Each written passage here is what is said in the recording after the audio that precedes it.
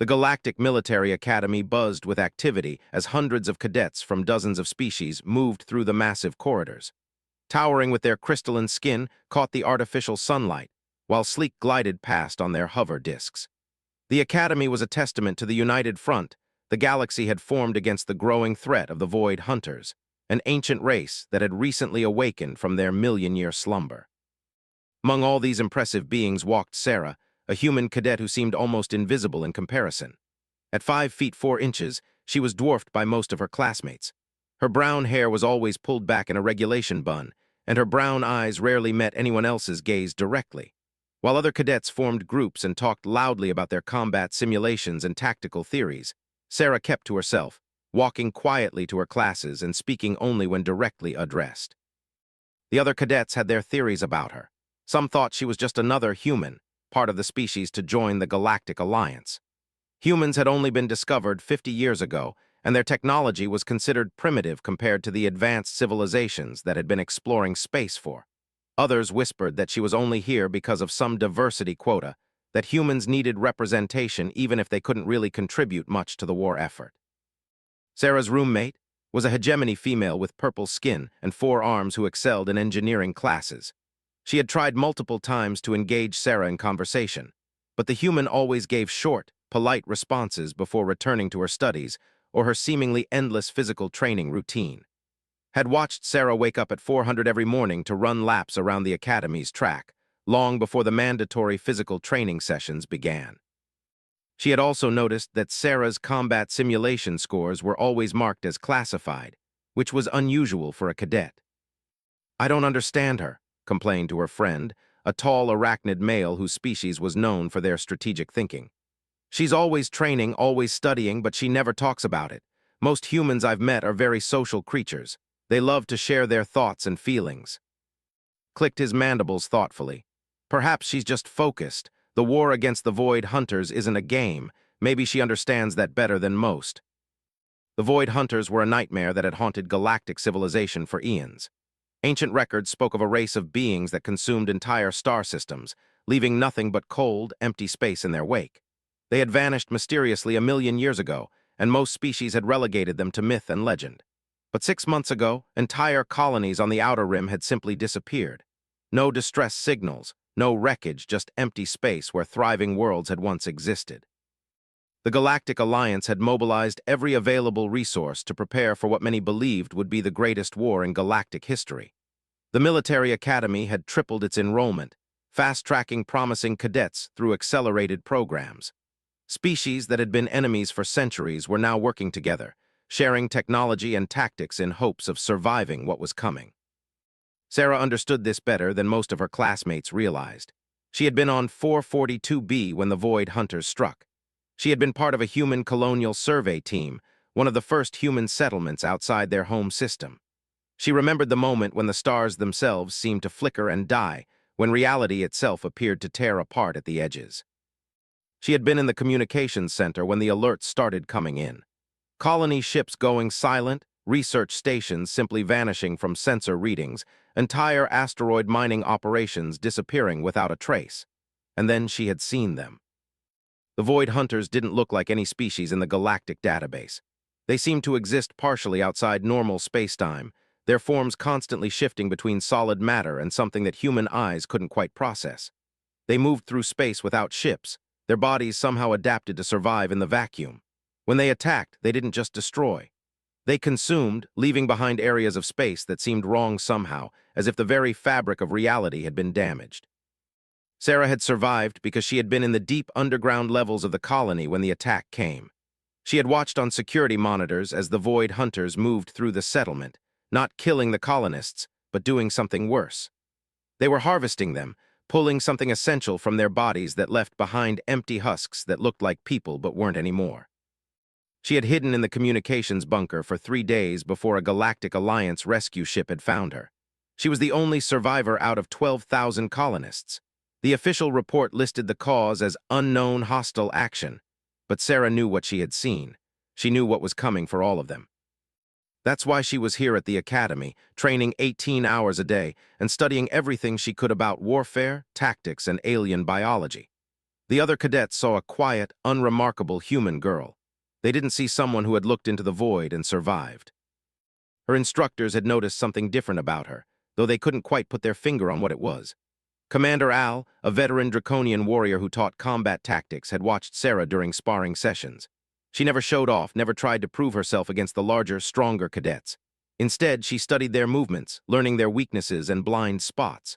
When forced to fight, she was efficient and precise, ending matches quickly and without unnecessary violence. "There's something about that human," Al mentioned to his colleague, Professor, who taught strategic planning. "Her combat scores are remarkable, but she fights like someone who's seen real battle, not like a cadet." Professor, whose species was known for their psychic abilities, had sensed something similar. "There are shadows in her mind," he had observed.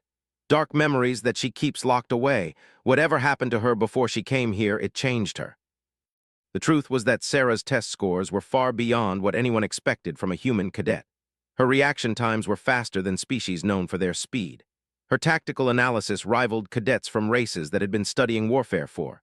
Her scores on psychological resilience tests were so high they had to be recalibrated.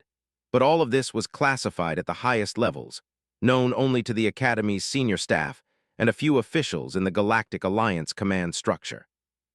The Academy's director, General, was a massive Titan-class being whose species had been among the first to encounter the Void Hunters in ancient times. His people had survived by becoming the galaxy's greatest warriors, and he recognized something in Sarah that others missed. He had seen her complete file, including the classified reports from 442B. He knew she was the sole survivor of a Void Hunter attack, and he had watched her performance with great interest. During a staff meeting, he had made his position clear. "That human cadet is not what she appears to be," he had told his instructors. "Keep her training level appropriate for her apparent abilities, but watch her carefully. When the time comes, she may surprise all of us." Sarah's daily routine was punishing by any standard. She woke before dawn for her personal training session, running complex obstacle courses that she had designed herself. These weren't the standard academy courses meant to build general fitness and teamwork. These were survival scenarios based on her memories of 442B, designed to prepare her for fighting an enemy that didn't follow conventional rules of warfare. After her personal training, she attended regular classes alongside her fellow cadets. She excelled in theoretical courses but never volunteered answers or participated in discussions unless directly called upon. In practical classes, she performed competently but never stood out. She had learned to hide her true capabilities, understanding that being underestimated was often an advantage. Her evenings were spent in the Academy's extensive library, researching everything available about the Void Hunters. Most of the information was classified at levels far above her clearance, but she had become skilled at finding fragments of data in cross-referenced reports and historical documents. She was building a picture of her enemy that was far more complete than what most senior officers possessed. The other cadets had largely given up trying to include her in their social activities. She was polite but distant, always seeming to have somewhere else to be. They didn't understand that for Sarah, every moment spent socializing was a moment not spent preparing for the war she knew was coming. Had stopped trying to engage her in conversation, but she still watched her roommate with curious eyes. She had noticed that Sarah sometimes talked in her sleep, speaking in rapid bursts about coordinates and evacuation procedures. She had also seen the small collection of personal items Sarah kept locked in her secure drawer, things that looked like they might be mementos from a colony world. The Academy's social dynamics were complex, with different species forming natural alliances based on compatible cultures or shared histories. The proud draconian cadets often clashed with the logical. The social hegemony students found the solitary arachnids difficult to understand. Humans, being so new to galactic civilization, didn't really fit into any existing group. Most human cadets had formed their own informal social circle, sharing stories about Earth and discussing how their people were adapting to life among the stars. Sarah had been invited to join them multiple times, but she always politely declined. She couldn't explain that she had nothing in common with these optimistic young people who saw their military service as an adventure. She had seen what was waiting for them out in the darkness between stars. The Academy's training scenarios were becoming increasingly intense as reports from the Outer Rim grew more dire. Every week brought news of more colonies going silent, more ships disappearing without a trace. The Galactic Alliance was mobilizing its fleets, but they were preparing to fight an enemy they didn't understand using tactics that might prove completely useless. Sarah knew they were preparing for the wrong kind of war. The Void Hunters weren't just another hostile species that could be defeated with superior firepower and clever tactics. They were something else entirely, something that existed outside the normal rules that governed galactic civilization. Fighting them would require a different kind of warrior, someone who understood that survival sometimes meant abandoning everything you thought you knew about combat. During a routine combat simulation, something happened that would change how her classmates viewed her forever. The exercise was designed to test squad tactics, with mixed-species teams working together to complete objectives in a hostile environment. Sarah had been assigned to a team with 3 other cadets, the arachnid strategist, a young draconian warrior, and a tech specialist. The scenario was straightforward on the surface. Their squad needed to infiltrate an enemy facility, retrieve critical intelligence, and extract without being detected or killed by automated defenses. It was the kind of exercise that required careful planning, precise execution, and good teamwork. Most squads took anywhere from 2 to 4 hours to complete it successfully. Sarah's team finished in 37 minutes. What made their performance truly remarkable wasn't just the speed, but the fact that they had completed the scenario using tactics that weren't in any manual. Sarah had analyzed the facility's defenses during their initial briefing and identified weaknesses that the other cadets hadn't even noticed. She had directed her team through a series of movements that seemed impossible, anticipating the behavior of the automated systems with uncanny accuracy. Whose species prided itself on strategic thinking found himself following Sarah's lead without question.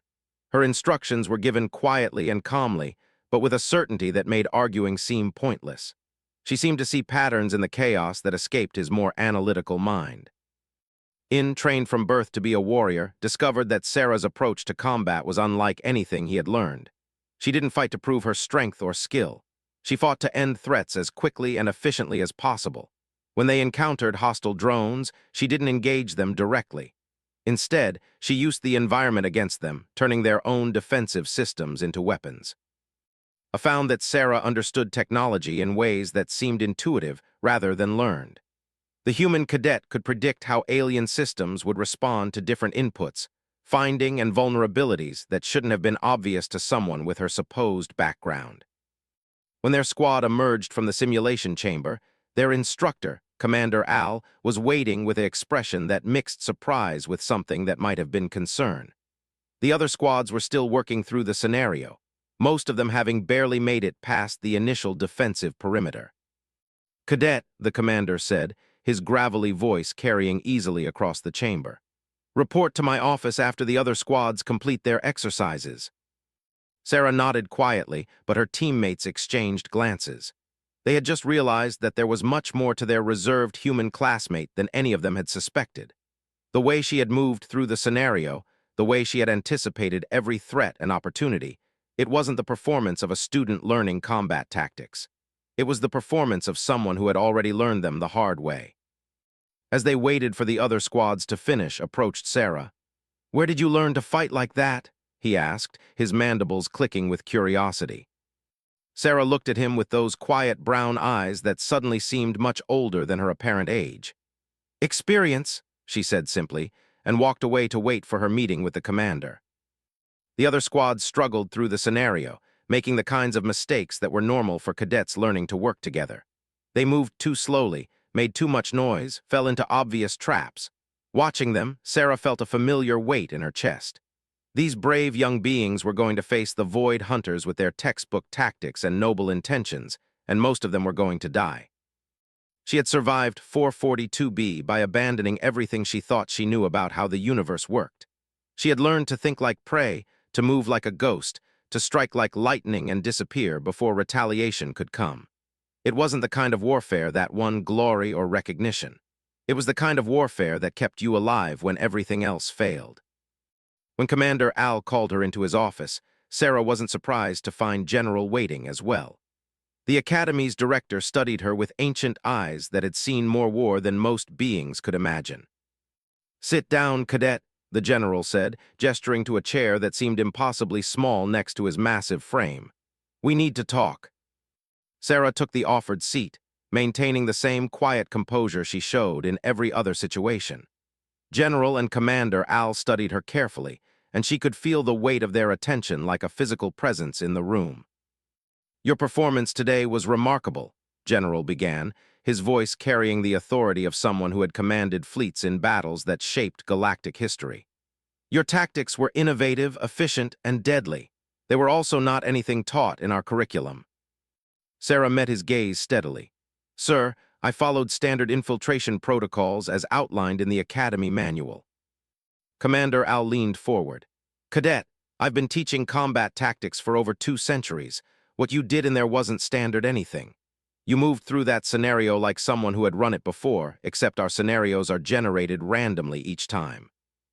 "More than that," General continued, "you anticipated threats that weren't even active yet. You guided your team around traps that wouldn't have triggered for another 10 minutes of scenario time. That suggests a level of tactical precognition that's almost impossible to achieve through training alone." The silence stretched between them. Sarah knew this moment had been inevitable since the day she'd arrived at the academy. She had tried to hide her capabilities, to blend in and prepare quietly for what was coming. But exceptional performance had a way of drawing attention, and attention was the last thing she had wanted. "Sir," she said finally, "I'm just a cadet trying to do my best in my studies." General activated a holographic display that filled the space between them. Sarah's breath caught as she recognized the familiar sight of 442b, or rather, what remained of it. The display showed a dead world orbiting a star that seemed dimmer than it should have been, surrounded by debris that didn't match any known ship design. "Cadet Sarah," the general read from the display, "age 19, only survivor of the 442b incident. Found in an underground communications bunker after 3 days of hiding from unknown hostile forces. Suffered severe psychological trauma and refused to discuss the details of what she witnessed." Sarah's hands remained steady in her lap, but something cold moved through her chest as she watched the images of her former home cycle through the display. Empty buildings, scattered equipment, and worst of all, the organic-looking marks burned into the ground where the Void hunters had fed. "The official report was classified," Commander added. "Unknown hostile action, possible pirate raid or rogue AI attack. But we know that's not what happened, don't we, Cadet?" Sarah looked between the two officers, trying to gauge how much they actually knew versus how much they suspected. "Sir, I've given my statements to the appropriate authorities. I have nothing to add to the official record." General waved a massive hand, and the display changed to show tactical analysis reports, fleet movements, and casualty projections. The numbers were staggering. The Galactic Alliance was preparing for a war that could cost billions of lives across hundreds of worlds. "Forget the official record," he said bluntly. "We're facing an enemy that appears to violate everything we understand about warfare, technology, and physics.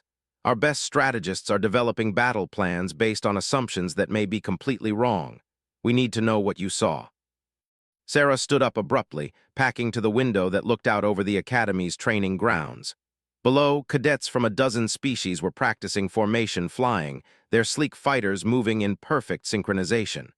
They looked so confident, so ready to face whatever was coming. They had no idea what they were preparing to fight. "You want to know what I saw?" she said, her voice still quiet but carrying an edge that hadn't been there before. "I saw reality break. I saw things that shouldn't exist moving through space like they owned it. I saw 12,000 people reduced to empty shells while something that might have been laughing fed on whatever makes us alive." She turned back to face them, and for the first time since arriving at the Academy, her carefully maintained mask slipped slightly. "I saw the future of this galaxy if we keep pretending this is going to be a normal war."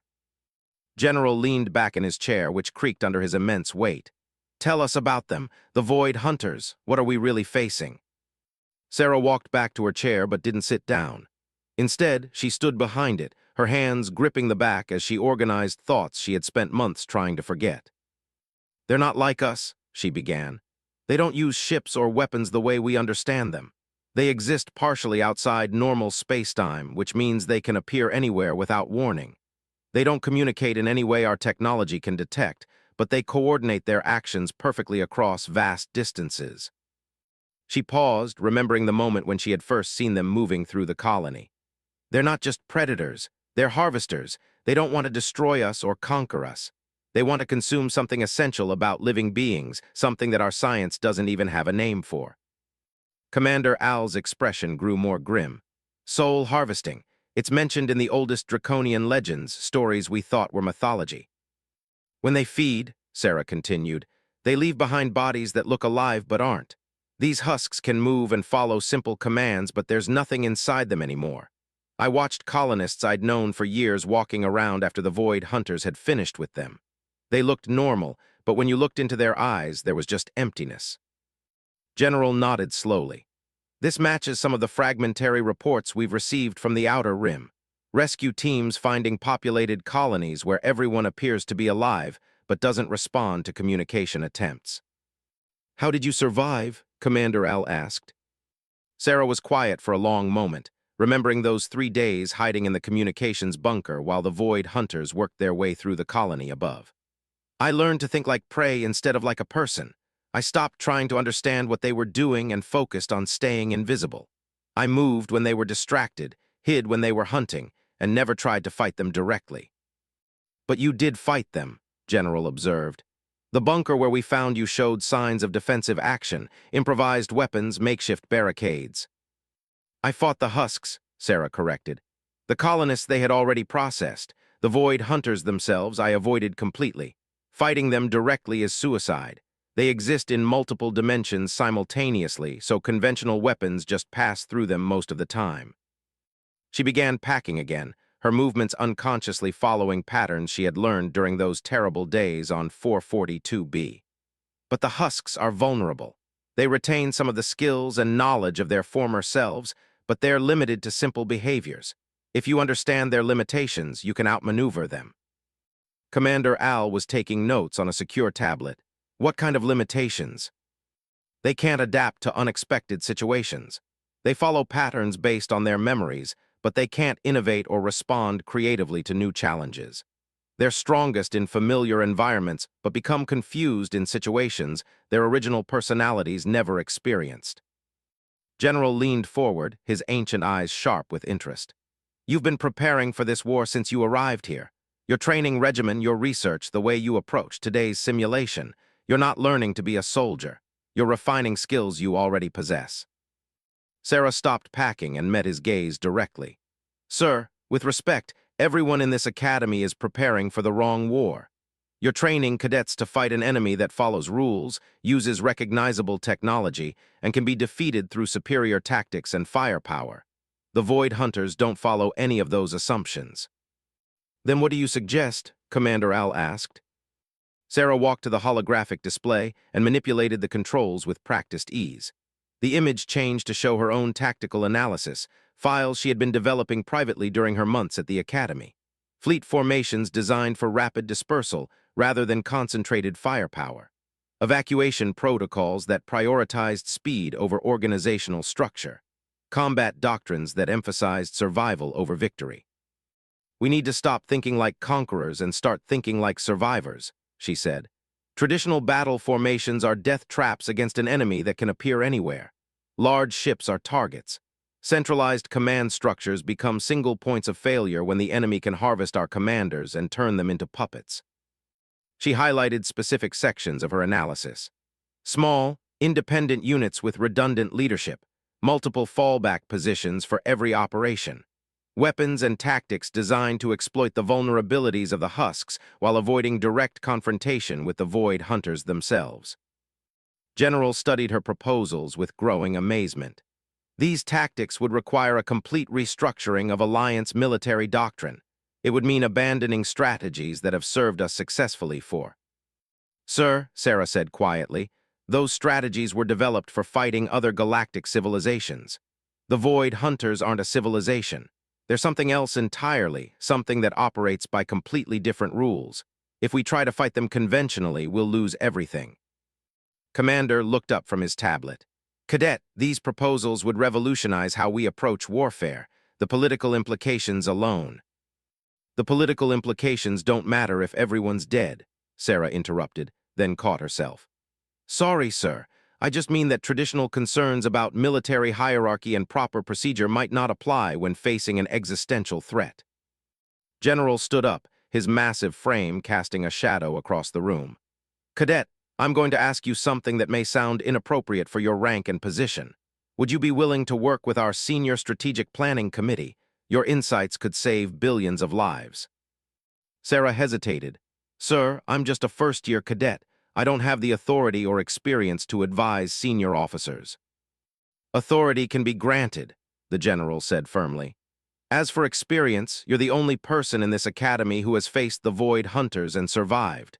That makes you uniquely qualified to help us prepare for what's coming.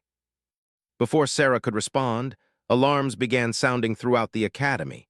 Red lights flashed in the corridors, and an automated voice began announcing emergency protocols. General activated his communication device with swift efficiency. This is General, report. The voice that responded was tense with barely controlled panic. Sir, we're receiving emergency signals from the Altair sector. 3 colonies have gone silent in the past hour. Long-range sensors are detecting massive spacetime distortions consistent with theoretical models of Void Hunter activity. Sarah felt the familiar cold weight in her chest as she listened to the report.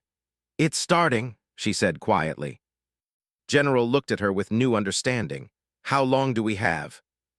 Sarah closed her eyes, remembering the pattern of the attack on 442B.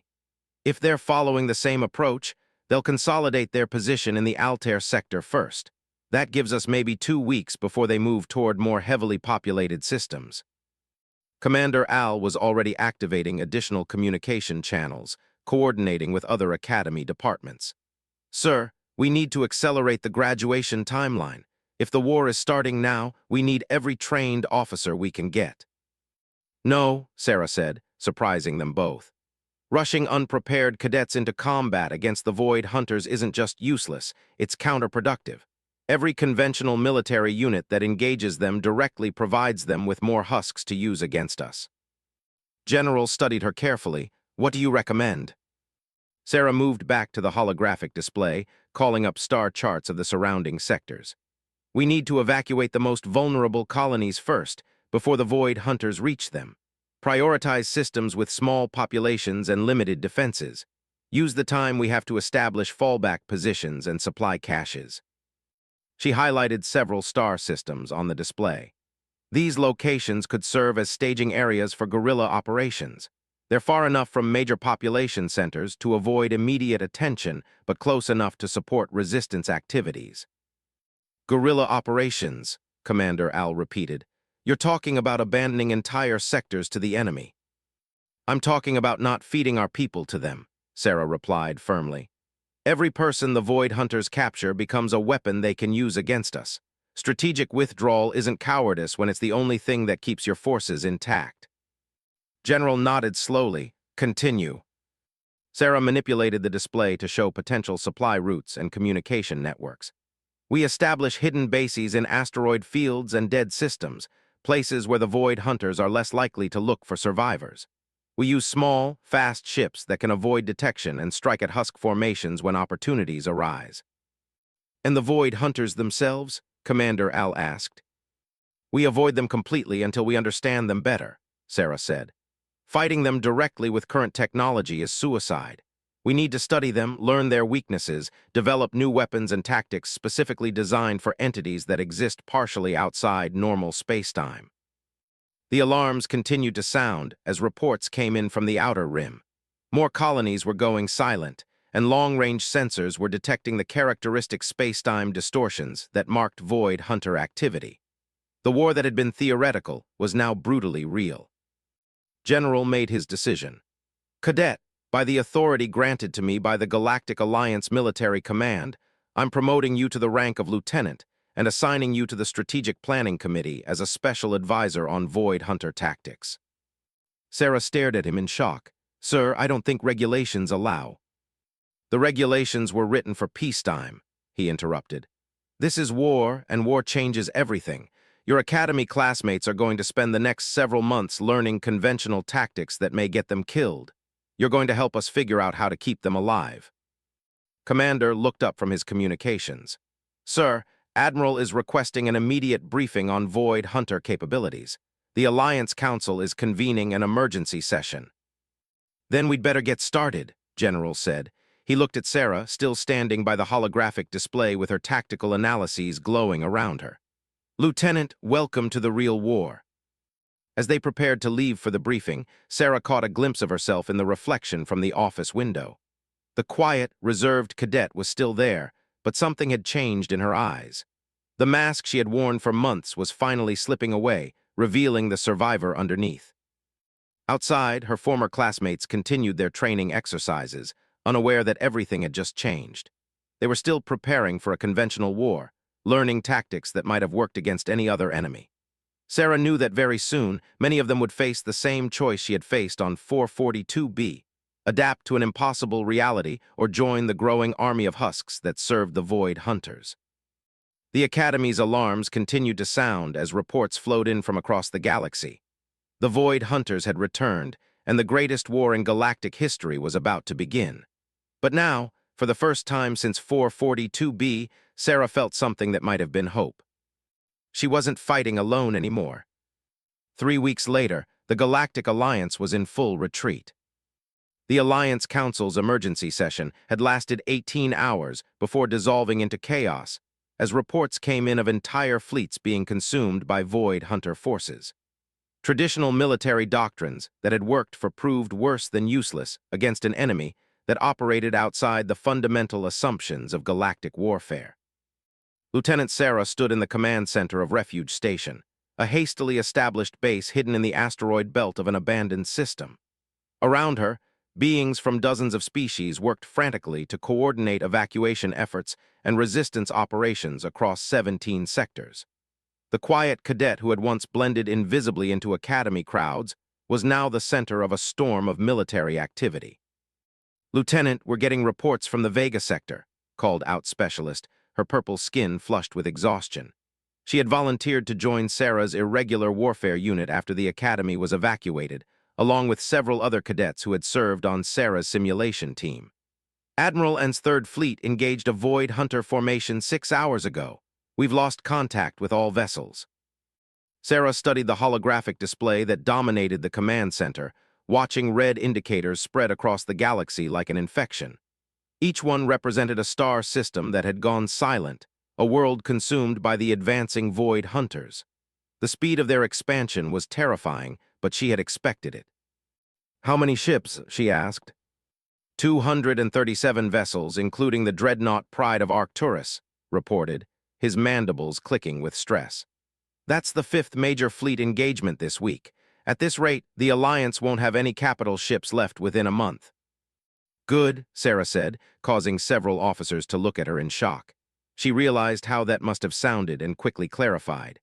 "Not good that we lost those ships and crews. Good that maybe now the Alliance will stop trying to fight a conventional war." She manipulated the display to show her latest strategic analysis. "Every major fleet engagement has followed the same pattern. Our ships approach in formation, attempt to engage the Void Hunters with concentrated firepower, and get overwhelmed when the enemy appears inside their defensive perimeters. We're not just losing ships, we're providing them with hundreds of thousands of new husks." Commander Al, who had joined the resistance effort when it became clear that conventional forces were failing, nodded grimly. "General is trying to convince the Alliance Council to adopt your guerrilla warfare protocols, but there's significant resistance. Many species see strategic withdrawal as cowardice." "Pride is a luxury we can't afford," Sarah replied. She highlighted several sectors on the display. "The Void Hunters are moving in a predictable pattern, consuming lightly defended systems first before moving toward major population centers. If we can evacuate the vulnerable colonies ahead of their advance, we can deny them resources while preserving our people." "Speaking of evacuations," Specialista called out from her station, "the transport convoy from Bellatrix Prime is requesting escort through the Hydra Nebula. They're carrying 3 million refugees, but intelligence reports possible Void Hunter activity in that sector." Sarah studied the tactical situation, considering multiple variables that had nothing to do with conventional military thinking. Refugee convoys were massive and slow, impossible to hide from enemies that could detect life across vast distances. but they were also critical to the resistance effort's long-term survival. Negative on the escort, she decided. Military vessels traveling with the convoy would just mark it as a target. Instead, have the convoy alter course to take them through the belt. It's longer, but the high metal content of those asteroids will mask their life signs from Void Hunter sensors. That adds 6 days to their journey, Commander observed. Their supplies are already running low. Better hungry than harvested, Sarah replied. Dispatch supply drones to meet them at the halfway point. Small, fast, automated, nothing for the Void Hunters to turn into husks. As her staff worked to coordinate the convoy's new route, Sarah found herself thinking about her former classmates from the academy. Most of them had been assigned to conventional military units when the war began.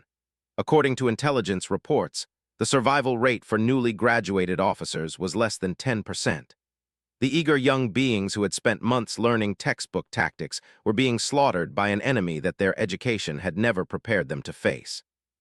Lieutenant, said quietly, approaching her station. We've received a coded transmission from someone claiming to be Cadet in.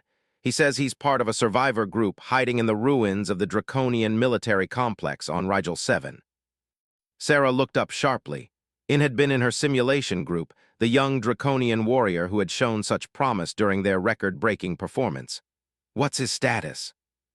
He reports 43 survivors from various units that were overrun during the defense of Rigel's system. They've been conducting hit-and-run operations against Husk formations, but they're running low on supplies and ammunition. Sarah studied the star charts, calculating distances and supply routes.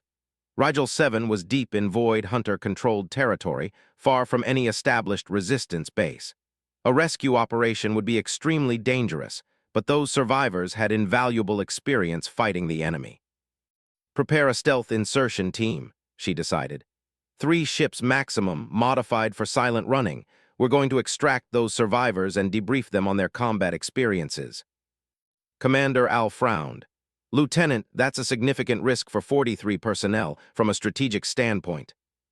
From a strategic standpoint, those 43 survivors have more experience fighting husks than any other unit in the resistance, Sarah interrupted. They've survived in enemy territory for 3 weeks. That knowledge is worth the risk. She called up personnel files on her display.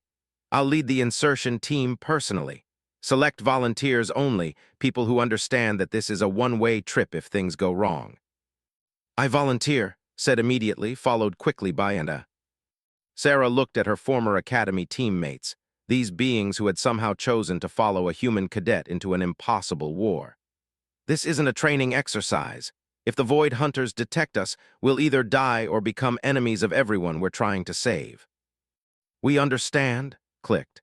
We also understand that you're the only officer in the Resistance who has successfully engaged the enemy and survived.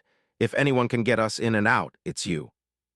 6 hours later, Sarah found herself aboard the stealth ship Phantom, racing through hyperspace toward Rigel 7.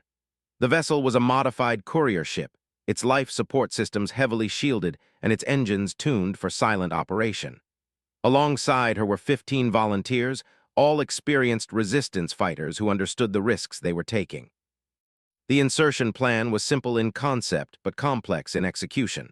They would drop out of hyperspace at the edge of the Rigel system, use the gravity wells of gas giants to mask their approach, and land near the coordinates provided by IN's group. They would have 6 hours to locate the survivors and reach the extraction point before the Phantom departed with or without them. As they approached the target system, Sarah found herself reviewing everything she knew about Void Hunter behavior patterns.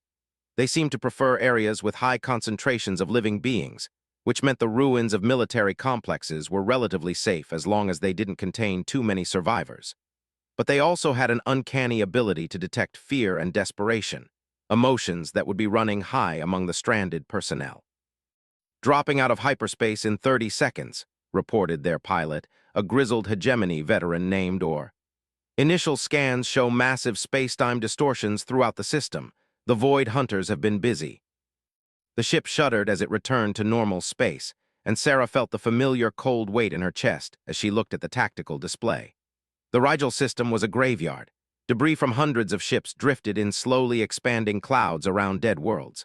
The orbital stations that had once supported millions of beings were now twisted wrecks that barely resembled artificial structures. Life sign readings, she asked. Scattered concentrations on the fourth planet, reported Specialist, their sensor operator. Looks like several thousand husks moving in formation patterns. No indication of Void Hunter presence, but that doesn't mean much with their stealth capabilities. Sarah studied the readings, looking for patterns that might indicate the location of In's group. The husks moved in organized formations, but they were concentrated around the major population centers where they had been created. The military complex was located in a mountainous region that would have been evacuated early in the conflict. There, she said, pointing to a small cluster of life signs in the northern continent. 47 readings moving in tactical dispersal pattern. That has to be our people. The insertion went smoothly at first. The Phantom descended through the planet's atmosphere without triggering any detectable alarms, and they landed in a valley approximately 10 kilometers from the survivor group's position. The world below was eerily quiet, with no radio traffic or electromagnetic signatures that would indicate active technology. Sarah led her team through terrain that had been transformed by the Void Hunter attack. Plants and trees looked normal from a distance, but closer inspection revealed that they were somehow wrong. They had the right shapes and colors, but they felt lifeless, as if they were detailed sculptures rather than living organisms. The entire biosphere has been harvested, she explained to her team as they moved through the artificial forest. The Void Hunters don't just consume intelligent life, they drain something essential from everything living on a world. They found In's group fortified in a natural cave system that had been expanded with military engineering equipment. The young draconian warrior who met them at the entrance was barely recognizable. His scales, once bright green with pride, had faded to a dull gray. His eyes held the 1,000-yard stare that Sarah recognized from her own reflection. "Lieutenant," he said, his voice carrying none of the enthusiasm she remembered from the academy. "I wasn't sure my message had gotten through." "What's your tactical situation?" Sarah asked, following him into the cave system. 43 survivors from 7 different units, In reported. "We've been conducting harassment operations against husk formations, but we're down to our last ammunition reserves. The husks are learning our patterns and adapting their responses." Sarah met the other survivors, beings from multiple species who had seen their units destroyed and their worlds consumed. They had learned to fight an enemy that everything they had been taught about warfare, and their experiences were invaluable. "Tell me about the husks," she said during the briefing session. "What have you learned about their capabilities and limitations?" An engineer named spoke up. "They retain the technical knowledge of their former selves, but they can't innovate or adapt to unexpected situations. We've had success using equipment in ways it wasn't designed for, creating situations their original personalities never experienced. They coordinate perfectly within sight of each other," added a hegemony Marine called a. "But if you can isolate individuals or small groups, they become much less effective. They also seem to have difficulty with rapid elevation changes." Sarah took careful notes as the survivors shared their hard-won knowledge. These beings had learned through trial and error what she had discovered on 442B. Fighting the Void Hunters required abandoning conventional thinking and embracing tactics that seemed counterintuitive to trained military personnel. The extraction was scheduled to begin in 3 hours when their sensors detected incoming movement. Hundreds of husks were converging on their position from multiple directions, moving in coordinated formations that suggested they had been detected despite their precautions. "How did they find us?" asked, studying the sensor readings. "They didn't," Sarah realized with growing horror. "They were herding us here. This was a trap." She activated her communication device, hoping to contact the Phantom, but received only static. Something was jamming their signals, something that operated on frequencies that galactic technology couldn't detect. "We're on our own," she announced to the combined group. 47 of us against several hundred husks, with limited ammunition and no extraction plan." In checked his weapon with practiced efficiency. "Orders, Lieutenant." Sarah looked around at the assembled survivors, beings who had faced impossible odds and lived to tell about it. They were outnumbered and trapped in enemy territory. By every conventional military standard, they were dead. But Sarah had learned something important during her months with the Resistance. Humans had a saying, "It ain't over, it's over." The other species in the galaxy had similar concepts, but humans seemed to take it to extremes that others found either admirable or completely insane. "We're going to do something that no military manual has ever recommended," she said, calling up a holographic map of the surrounding terrain. "We're going to attack." The reaction was immediate and predictable. Several of the survivors looked at her as if she had lost her mind. A frontal assault against overwhelming numbers was suicide, the kind of decision that got entire units wiped out. "Listen to me," Sarah continued, her voice carrying the authority she had earned through months of successful resistance operations. "The husks are expecting us to try to escape or hide. They're positioned to counter those responses. They're not prepared for a direct assault because no rational military commander would attempt one." She highlighted specific positions on the map. "We hit their command elements first, the husks that were senior officers in their former lives. Without coordination, the others will fall back on basic behavioral patterns. Then we use their confusion to break through their perimeter and reach the extraction point." "And if it doesn't work," asked. "Then we die fighting instead of hiding," Sarah replied. "But if it does work, we'll have proven that the Void Hunters aren't invincible. That's worth the risk." The battle that followed would be analyzed and studied by military historians for generations to come, assuming there were any historians left to study it. Sarah led the assault personally, moving through husk formations with the fluid grace she had developed during her survival training. Her team followed her lead, abandoning conventional tactics in favor of the improvisational warfare she had taught them. The husks, confronted with an enemy behavior that their original personalities couldn't process, fell into confused defensive patterns. The survivors exploited every gap and weakness, using their creativity and adaptability against enemies who could no longer think beyond their programmed responses. When the smoke cleared, 43 beings stood among the wreckage of what had been an overwhelming enemy force. They were bloodied, exhausted, and running on nothing but adrenaline and determination. But they were alive, and they had won. The Phantom found them 6 hours later, its sensors finally able to penetrate the interference that had been jamming their communications. As they lifted off from the dead world below, Sarah looked back at the battlefield where they had proven that humans and their allies could stand against the Void Hunters and survive. "Lieutenant," said as they entered hyperspace, "the tactical recordings from this engagement are going to change everything. We've just proven that the enemy can be defeated." Sarah nodded, but her expression remained thoughtful. "We've proven that the husks can be defeated. The Void Hunters themselves are still out there, and they're going to adapt to what we've learned." She looked around at the survivors they had rescued, beings who had seen the worst the galaxy had to offer and chosen to keep fighting.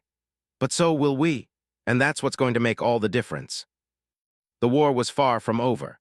The Void Hunters continued their advance across the galaxy, consuming worlds and civilizations with terrifying efficiency. But word of the victory at Rigel 7 spread through the resistance networks, carrying with it something that had been in short supply since the war began: hope. Lieutenant Sarah, the quiet cadet who had once seemed invisible among her classmates, had become a symbol of humanity's greatest strength. Not their technology or their weapons, but their absolute refusal to accept defeat even when victory seemed impossible. The galaxy was learning what the Void Hunters would soon discover. Humans didn't know when to quit, and in a war against an enemy that had conquered every civilization they had ever encountered, that single trait might be enough to change everything. The reserved cadet was gone forever. In her place stood a warrior who would teach the universe that sometimes the greatest strength comes from those who appear weakest, and that the will to survive can overcome even the most overwhelming odds. The real war was just beginning, but for the first time since the Void Hunters had returned, the forces of life had a leader who understood their enemy and refused to be defeated by them. The galaxy would never be the same, and neither would the quiet human girl who had become its most unlikely hero.